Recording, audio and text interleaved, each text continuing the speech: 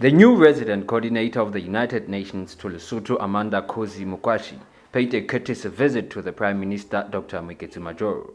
Speaking at the event, the Prime Minister noted that in a move to address the high unemployment challenge, they discussed the possibility of having youth-centered dialogues and how to come up with solutions to address their specific challenges and create job opportunities for themselves. Let's go and spend 3 days in the villages, the entire UN system as well as World Bank and other agencies. Let's go and sit down there. And with my cabinet ministers and with principal secretaries, we go and sit there and talk with people and ask them, okay, nobody's ever going to create a job for you, but if you were to create a job for yourself, what would you do? What are the resources that you have right now, and how do we help you?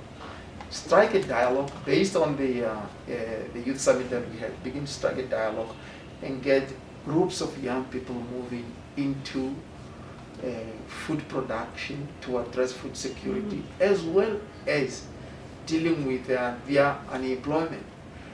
We have an arsenal of inputs, including financial inputs, that we can put together, but we need partners that are willing and are ready to begin to define how they are going to create jobs for themselves with our support. And that's the space we need to define and define in concert with everybody else. The second issue we discussed is that of gender-based violence. We are encountering unprecedented crimes that affect women and girls.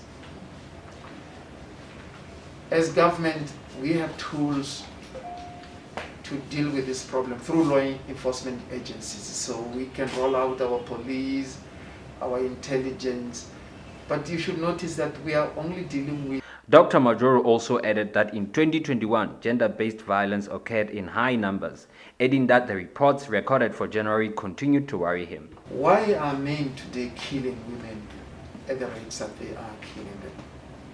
What is going on in our minds as men? We are socialized to take care of the vulnerable, to take care of the young girls and women as men.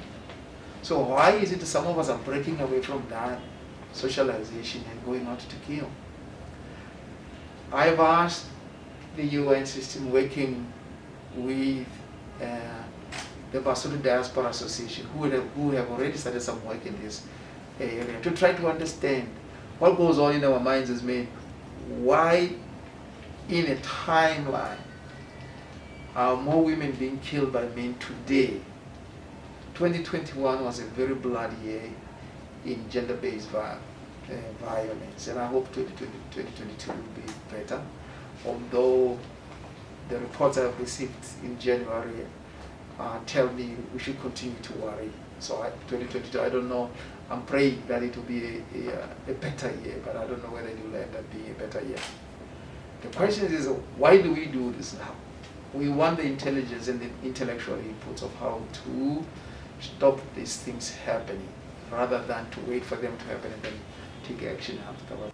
Meanwhile, speaking at the same event, Mukwashi said that despite the challenges Lesotho continues to face, which include food insecurity and unemployment, the country has abundance of resources that can be used as opportunities, adding that she wishes to engage with the youth. While it has got all these challenges, it also has an abundance of mountains, of water, of solar energy. These things, I think I've come with a can-do spirit. I really just want to get out there, start working with the people and see what we can do. I don't want to just see challenges, I also want to see opportunities. How can we transform these challenges into opportunities? Let's talk. I want to be able to talk to the youth.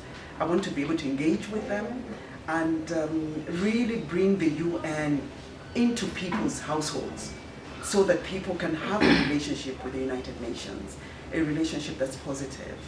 In conclusion, Mukwashi indicated that to address gender-based violence challenges, laws have to be enacted which protect women and children while working towards prevention of gender-based violence. Until women are dignified, by being respected in terms of their lives, right, and their well-being, then we can't really say that we are moving progressively. Yes, indeed, it is a challenge that we've seen, not just in Africa, because I have seen this in other parts of the world, in Latin America, South America, even in Europe. You see this issue, and it is something that we have to think about. Legislation, for example, that the government has signed up to and ratified now needs to be domesticated, that protects women. But I think one point that he mentioned that I thought was really, really important is while we can focus on the after the fact, I think what we need to do is also make sure that prevention is key. So what can we do together with communities, with the private sector, and with other partners, plus with government, to make sure that that mindset is changed. According to Business Day 2020 by Emma, about 1 in 3 women in Lesotho have suffered physical or sexual violence or both.